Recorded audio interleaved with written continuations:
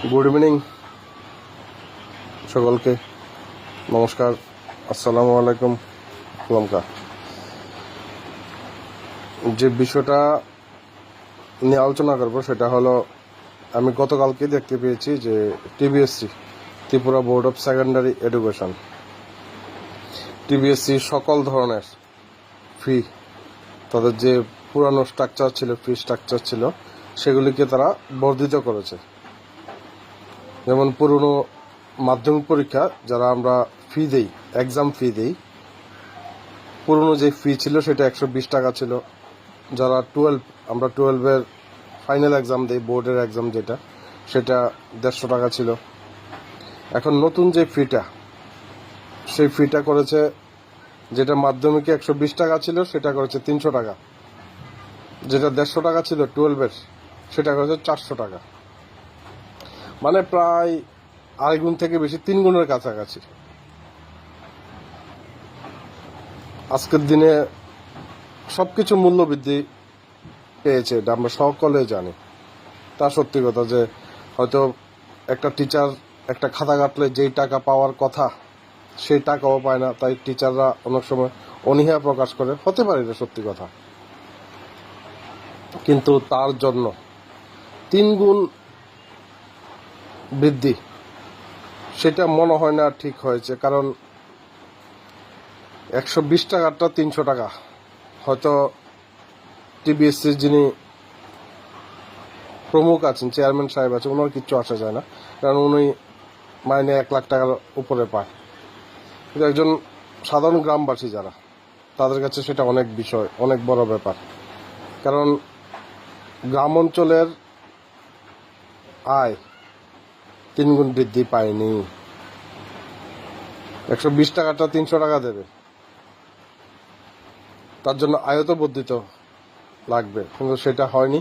হ্যাঁ, 120 টাকা যেটা ছিল, যদি আপনি 150 টাকা করতেন, 150 টাকা যেটা ছিল সেটা 200 টাকা করতেন, সেটা মানা যায়। কিন্তু ফি স্ট্রাকচার যেটা অত বর্ধিত, ইভেন কেউ যদি রিচেক করতে চায় সেটাও আপনারা বর্ধিত করলেন। কেউ যদি পুরনো কাগজপত্র হারায় সেটা তো অনেক বেশি, প্রায় 1000 টাকা 5 বছর উপর হলে। সবগুলি ফি স্ট্রাকচারই অনেক অনেক বেশি বর্ধিত করলেন। তো আমার মনে হয় সেটা একটা অতিরিক্ত বোঝা। এমনি বিদ্যাজ্যোতি যে স্কুল করেছেন, ওই বিদ্যাজ্যোতি স্কুলে বিদ্যাজ্যোতির যা যা আপনারা বলেছিলেন, বিদ্যাজ্যোতি স্কুলে যে যে সুযোগ সুবিধা থাকবে, আমি জানি না কোনো স্কুলে আছে কিনা। আগরতলা হলে থাকতে পারে, বাট আগরতলার বাইরে সাব ডিভিশন স্কুলগুলিতে আপনারা যা যা বলেছেন, বিদ্যাজ্যোতি প্রতি বছর 1000 টাকা করে নেন, তার বিনিময়ে কি দিয়েছেন? এমনিতে একবার মানুষের উপর আপনারা বোঝা চাপালেন বিদ্যাজ্যোতির, আবার তার উপরে এক্সাম ফি বাড়ালেন। সামান্য বাড়ালে ঠিক আছে, সেটা সামান্য না, সেটা জুলুম করে ফেলেছেন। প্রায় 3 গুণ, 120 টাকা যা 300 টাকা। গ্রাম অঞ্চলে বহু ঘরে এরা দিন এনে দিন খায়, এদের কাছে 300 টাকা মানে বিশাল বড় ব্যাপার। তো আমার মনে হয় সেটা ভাবা উচিত ছিল। যারা যারা সিদ্ধান্ত করেছে এসি রুমে বসে, এরা তো 1 লাখ টাকার উপরে বেতন পায়, এরা গরিবের দুঃখ বুঝবে না। এরা তখনই বুঝবে, এদের বাড়িতে তো নিশ্চয়ই টিউশন মাস্টার আছে, ওদের বাচ্চাদেরকে পড়ায়। যে মাস্টার 3000 3500 নেয়, ওই মাস্টার যদি বলে মাসে আমার 10,000 টাকা দিতে হবে, তখন বুঝবে ওরা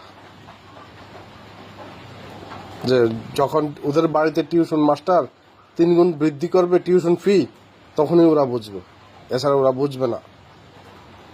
যাই হোক, সেটা আমার মনে হয় ঠিক হয়নি, বেশি বাড়িয়ে ফেলেছে। তার জন্য আমি সেটা সমালোচনা না করে পারলাম না। আর দ্বিতীয়ত আরেকটা বিষয় যেটা না বললে না হয়, ইমিডিয়েট আমাদের ভারত সরকার, কেন্দ্রীয় সরকার জিএসটিতে বিশাল বড় পরিবর্তন এনেছে। কিন্তু এই জিএসটি বর্ধিত ভারত সরকারই করেছিল, বর্তমান এনডিএ সরকারই করেছিল, এবং তার হ্রাসও বর্তমান এনডিএ সরকারই করেছে। অনেক কিছুতে যেগুলি, যেমন কিছু কিছু মেডিসিনে 28% ছিল, এখন এটা 0% করেছে, কোনো টাকাতে 5% করেছে। নিত্য প্রয়োজনীয় জিনিস যেগুলি প্যাকেট জাতীয়, দুধ, বাটার, বহুত কিছু প্যাকেট জাতীয় দ্রব্য, সেগুলি 18% থেকে 5% করেছে, কোনোটা 12% থেকে 5% করেছে। মোটর ভেহিকেল যেগুলি আছে সেগুলি তো ট্যাক্স অনেক কমিয়েছে। আমি যা দেখলাম শুধুমাত্র গাড়ির সেক্টরেই ট্যাক্স কমিয়েছে, মানে ওই কোম্পানিগুলি, গাড়ির কোম্পানিগুলি। বাকিগুলি যেমন দুধের প্যাকেট বলুন, বাটার বলুন, ঘি বলুন, কোনটাতে দাম কমেছে বা ওজন বেড়েছে এমন কোনো প্রমাণ কেউ দিতে পারবেন? জিএসটি কমিয়েছে ঠিক, কিন্তু সাধারণ মানুষের কি লাভ হলো? সাধারণ মানুষ কোন দিক দিয়ে উপকৃত হয়েছে এমন কেউ দেখাতে পারবেন? হ্যাঁ, যারা ব্যবসায়ী আছে ওরা যখন মালটা কিনে আগে 18% জিএসটি দিয়ে কিনতো, এখন সেটাকে 5% জিএসটি দিয়ে কিনে, ব্যবসায়ীদের লাভ হয়েছে। কিন্তু সাধারণ মানুষ যারা আছে আমরা, আমাদের কি লাভ হলো? একটা দুধের প্যাকেট, যেটা দুধের না ওজন বেড়েছে না দাম কমেছে, যেমন ছিল তেমনই আছে, কিন্তু অথচ কেন্দ্রীয় সরকার সেটাতে ট্যাক্স কমিয়ে দিয়েছে, জিএসটি কমিয়ে দিয়েছে। সেম ঘি বলুন, নিত্য প্রয়োজনীয় জিনিস যেগুলোতে ট্যাক্স নেই, যেমন সামান্য একদম সিম্পল উদাহরণ, মিষ্টির দোকানে মিষ্টি না সাইজ বড় করেছে না দাম কমিয়েছে, সেমই। চিনির দাম তো কম, জিএসটি কমিয়ে দিয়েছে। সুতরাং ব্যবসায়ীদের কমালে হবে না, আপনারা ইমপ্লিমেন্ট করতে হবে সাধারণ মানুষের জন্য, যাতে সাধারণ মানুষের কাছে সেটা সহজলভ্য হয়।